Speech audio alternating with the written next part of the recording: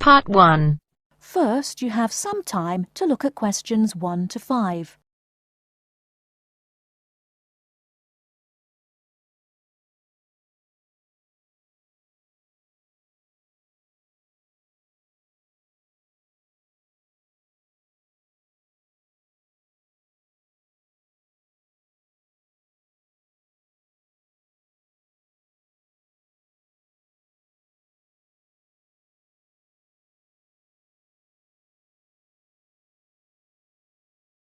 Listen carefully and answer questions 1 to 5. Kingsbury College, can I help you? Oh, hello. I'm ringing to find out about one of your courses. Yes. Is that a daytime or an evening course? Evening. Right. I'll just get a few details from you, if I may. Fine. Could I have your full name, first of all? It's Peter Wright. That's Wright. OK. And I don't need to know your exact age, but can you tell me which of these age groups you belong to? 18 to 25, 26 to 35, 36 to 45, or over 45? 18 to 25. Fine. And do you have a job, or are you a full-time student? I'm an accountant. I just do courses in my spare time for interest. OK. Right. And your address, Mr. Wright? It's 11 Forest Road. Forest? Yes. Is that in Kingsbury? Yes, it is. I'm just down the road here. And do you have a phone number? It's 992471. That's my home number. I haven't got a work number. That's fine. We probably won't need it.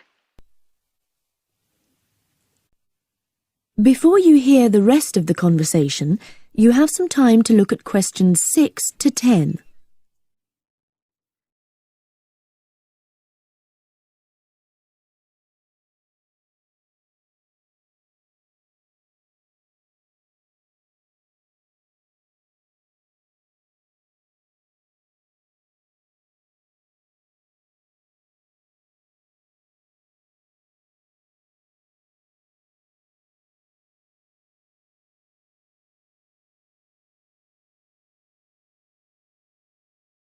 Now listen and answer questions 6 to 10. Now, you want to register for a course. Yes, cookery. Do you happen to know the exact title of the course? We've got Thai cookery on Wednesdays, or Mexican cookery on Fridays, or... Mexican. I'd like to do both, but I'm busy on Wednesdays. OK. Well, you can always do the other one next term, I suppose. Now, do you know when it begins? Is it the 26th of March? That's right. And it's £45 in total. That's including the ingredients. How would you like to pay? Card? Cash? Can I send a cheque? You can, yes, as long as it arrives at least 1 week before the start of the course. OK. And I'll just give you a reference number, if you could make a note of it and write it on the back. Yes? It's CZ943. Yes, got that. Good. Well, there's just one last question. Do you have any special requirements that I should make a note of? Yes, there is one thing. I use a wheelchair. Right, so you need to have access for that. OK. Don't worry, your room is on the ground floor, and I'll make sure there are no steps involved. We can always put a ramp in. Thanks. So, we look forward to seeing you on the 26th of March. That is the end of Part 1. You now have half a minute to check your answers.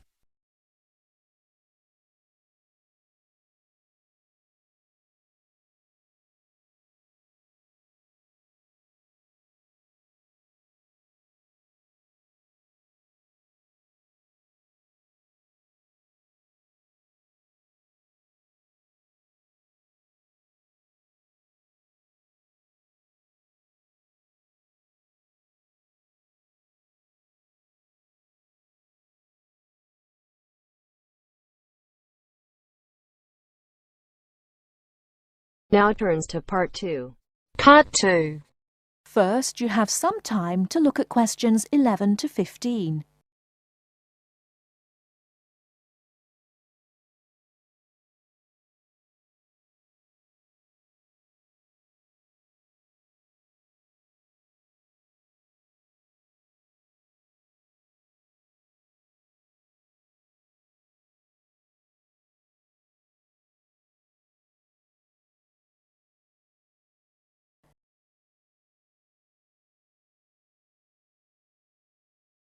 Now, listen carefully and answer questions 11 to 15. The Airbus A380 is a revolution in aircraft technology. Today I have as my guest Mr. James Carr, who worked on the project. Mr. Carr, when did you start working on the Airbus A380? I started working on the A380 project at the beginning of 2003, about a year after the first real construction began, although work on the plane began in 2000. Can you tell us something about the plane? It is the biggest passenger jet in the world, with a capacity of 550 to 600 seats. It is over 24 metres high and has a wingspan of around 80 metres. It has 20 wheels and weighs 421 tonnes without passengers, and has a range of 14,800 kilometres. What exactly did your job involve? Were you working on the fuselage? No, I was working on the wing assembly at Broughton in North Wales. The fuselage and tail fins were made in Germany and Spain, and the final assembly took place in Toulouse, France. My job was to work on the computer-controlled wing panel assembly machines.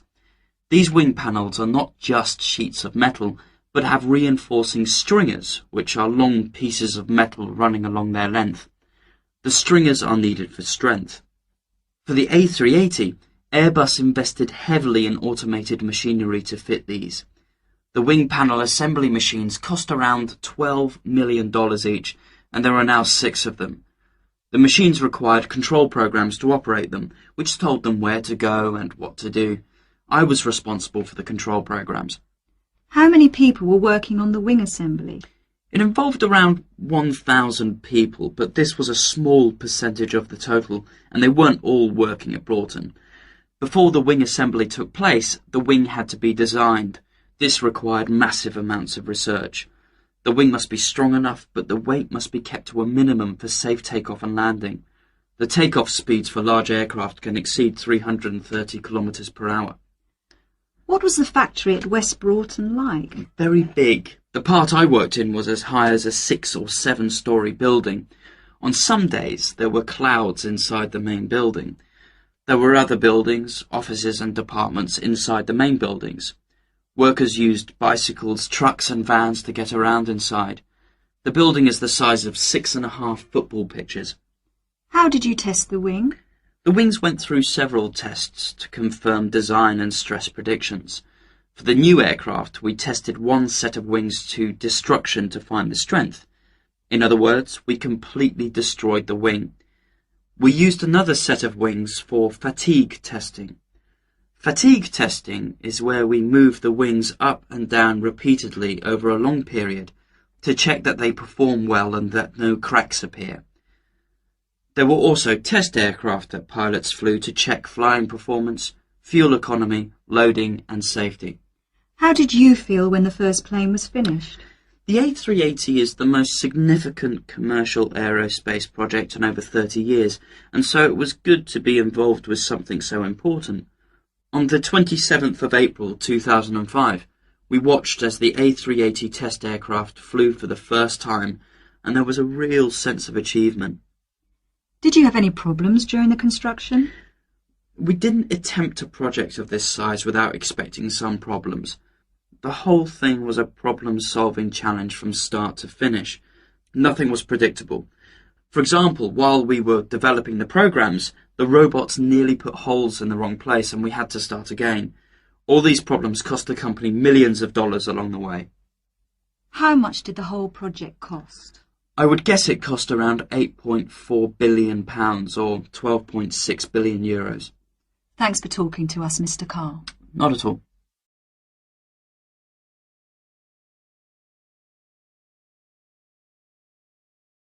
Before you hear the rest of the talk, you have some time to look at questions 16 to 20.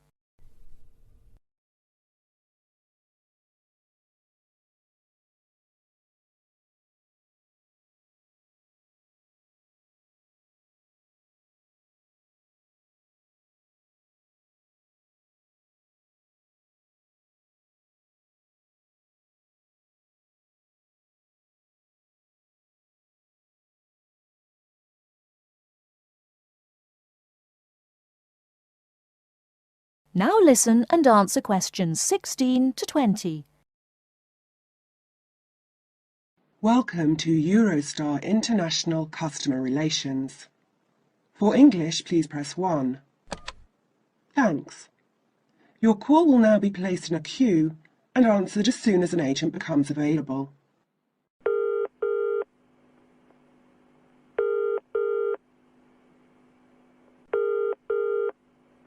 Which journey would you like to make? London to Paris, return. And what is your date of travel, please? The 21st of March, coming back on the 6th of April. What time of day would you like to travel? Around midday is best for me. There is one departing at 12:09 from Waterloo Station. Pardon? Could you repeat that, please? 12:09. 9 minutes past 12. Yes, 9 minutes past 12. Gets to Paris at 15:59. Right. I need to check the times of the trains coming back as well on the 6th of April. The latest I can get back to Waterloo is 9:15 p.m.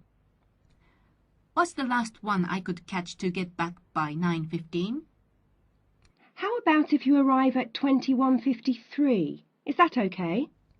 I think that would be too late because the last bus is at 9:30. Could you give me the one before that, please? Yes, I'll give you that. 1919 from Paris arrives London at 20:54. Sorry, what time was that from Paris? 1919. 19 minutes past 7. Sorry, I'm getting a bit mixed up. Could you run that by me again? Yes, of course. The train departs from Paris at 1919 and it arrives in London at 20:54. Got that. That will be fine. I'll need 2 tickets. Can we get a discount with our I6 student cards? Yes, of course. If you are under 26, you can get a discount making the price £59 for the round trip. I'm afraid I didn't quite catch that. Could you say it again? £59 for each return ticket, subject to availability. All right. Well, please could you book those now? Yes. How would you like to pay? I'll pay with my Visa card.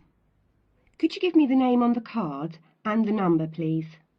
The name is M. Kumada, Kumada. The number is 492989357321. Can I repeat that back to you? M. Kumada, 492989357321. That's correct. And what's the expiry date on the card? It's 0707. 0707. Thank you, that's fine. Would you like the tickets to be sent by post, or will you pick them up at the check-in at Waterloo? We'll pick them up at the check-in. Please remember to bring proof of your age with you when you travel. Just one more thing, please. I am from Japan, and my friend is Chinese. Do we need visas to travel in Europe? I'm afraid I don't know. You'll need to contact the embassies of the countries you're going to. All of them? Oh dear. Thank you for your call. Goodbye. Goodbye. That is the end of part 2. You now have half a minute to check your answers.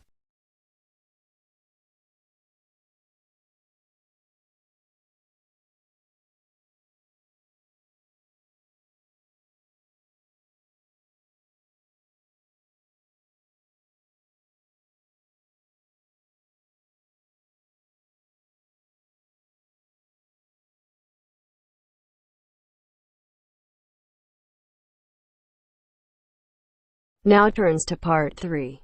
Part 3.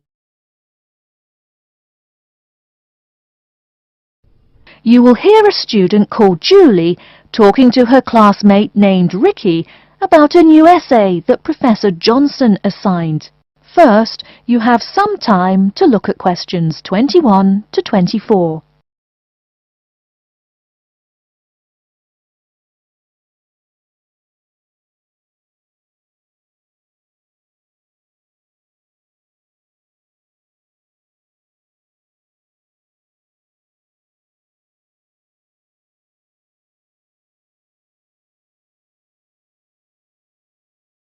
Now, listen carefully and answer questions 21 to 24. Hi, Julie, it's Ricky. Hi Ricky, how are you? I noticed you weren't in psychology today. I'm feeling sick, so I didn't go to school today. Would you mind telling me what I missed in class? Sure thing. I'm sorry you're not feeling well. Anyway, we spent most of the class talking about a new essay that Professor Johnson assigned. You need to choose one of the bold headings from the note system and research it. Wow, I picked the wrong day to miss class, huh? You sure did. Could you tell me the specific requirements of this paper? Sure. You need to find scientific research that supports your claim as one of your references. It can be from some of the case studies we discussed in class, or you can find your own. Or even better, you can conduct your own research. I'm sure that would get you an A.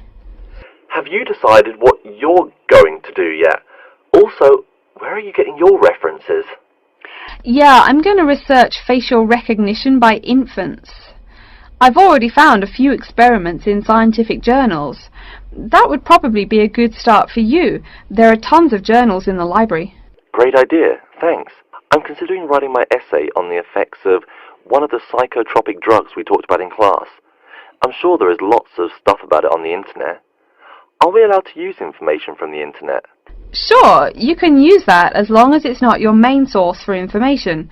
You'll probably want to cite some of the experiments we went over. Good idea, thanks. I'm going to try to find some information from a bunch of different sources. Before you hear the rest of the talk, you have some time to look at questions 25 to 30.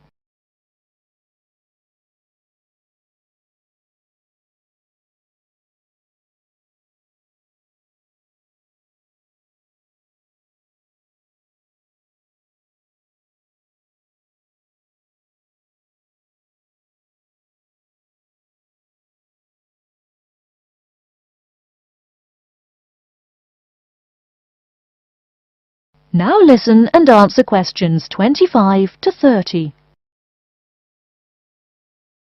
Are there any specifications on how the essay should be written? Yeah, Professor Johnson wants it double-spaced. It should be between 6 to 10 pages long. 6 to 10 pages?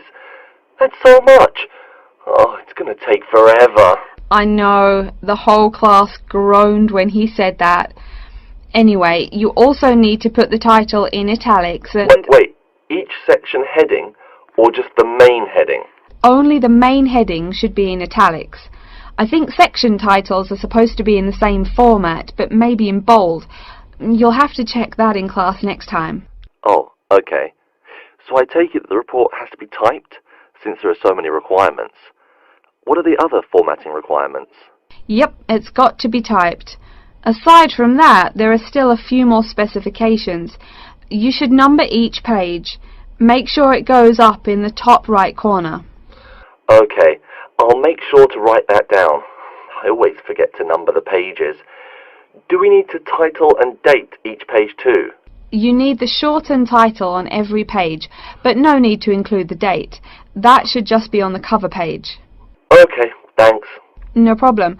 Also, make sure the margins are 3.25 pixels wide. What? I'm not even sure how to do that. Oh, it's okay, I can show you. It's really easy. I think that's all the directions he gave us. A lot of formatting requirements, but we have the freedom to research many things that we like, so that's good. Oh, I almost forgot. Remember to put down your ID number on your report. Thanks so much for your help. I'll see you in class Monday. No problem. Glad I could help. See you later.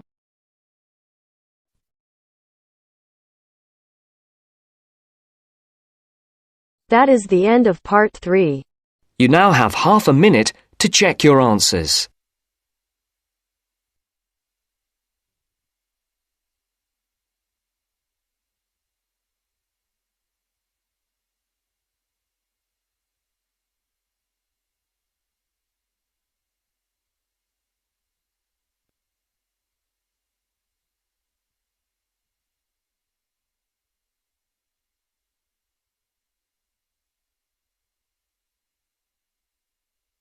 Now turns to part 4.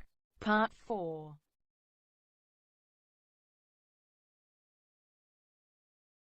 You will hear a lecture on environmental science. First, you have some time to look at questions 31 to 40.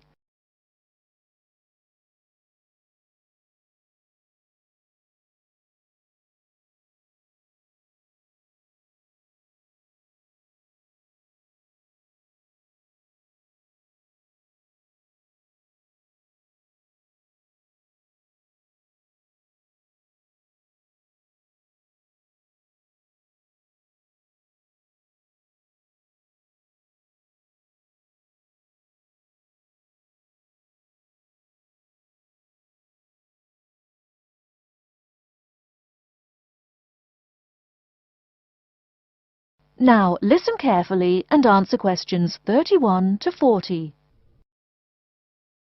Good morning and welcome to yet another lecture in environmental science. I don't think I'm telling you a secret when I mention that water is a big worry here in Australia. The stuff is scarce. Perhaps that's why we drink so much beer, eh? Seriously though, a safe and reliable source of water is one of the great concerns of people everywhere. Moreover, as the world population grows, the pressure on existing water supplies grows greater and greater. Think about it. Our economic system demands that there be more and more consumers. The growing number of people has been tied to climate change, including droughts. So more people means less water.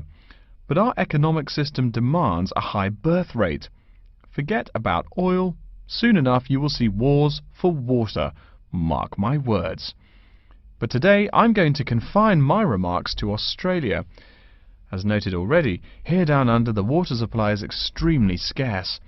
The only drier continent is Antarctica, and remember, no one really lives there anyway. Moreover, in recent years, the wind patterns have changed. Rain that used to fall on the country now falls out to sea hundreds of miles to the south. Now, when I speak of people needing water, most of you probably think of drinking. Certainly everyone needs water for drinking, but surprising as it may sound, drinking is not anywhere near being the main use for water. Most water is actually used for washing. When you take a shower, you probably use well over 100 litres of water.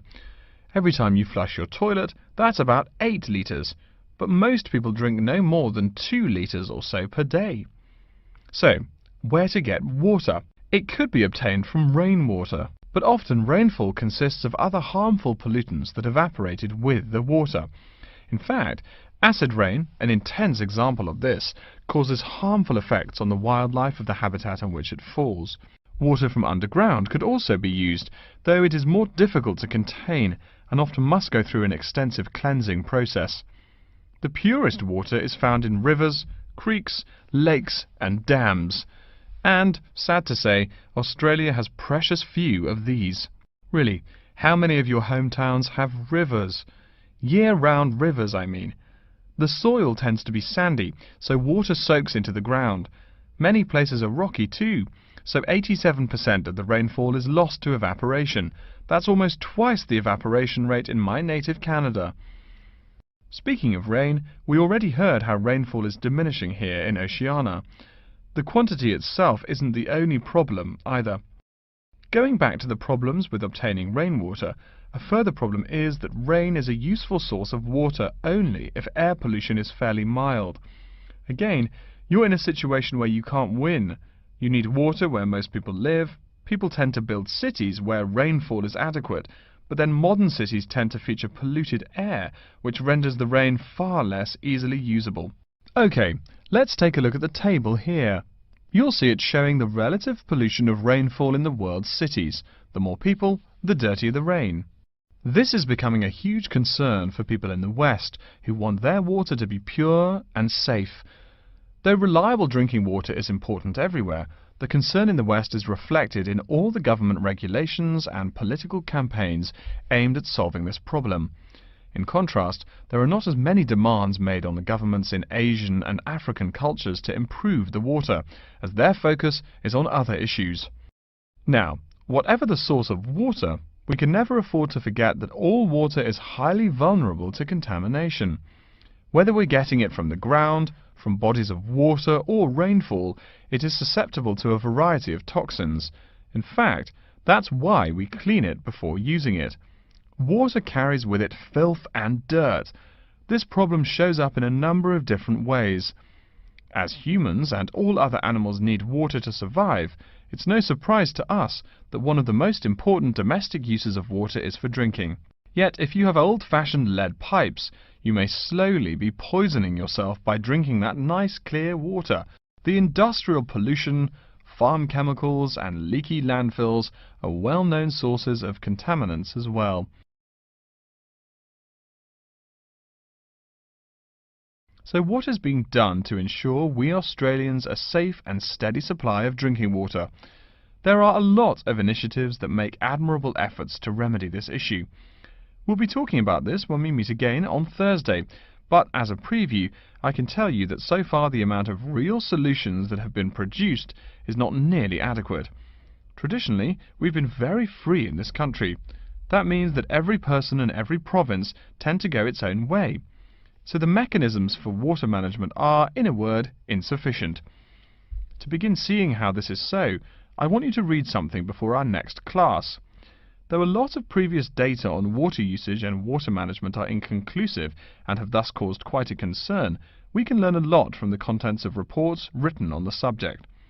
The basis for the government's water policy is the 1989 White Paper reporting on water use, present and future. If you compare the numbers offered in the paper with those in the text, you'll find that the report is rather untrustworthy. Truth being told, I'm being too kind when I say that. That is the end of part 4. You now have half a minute to check your answers.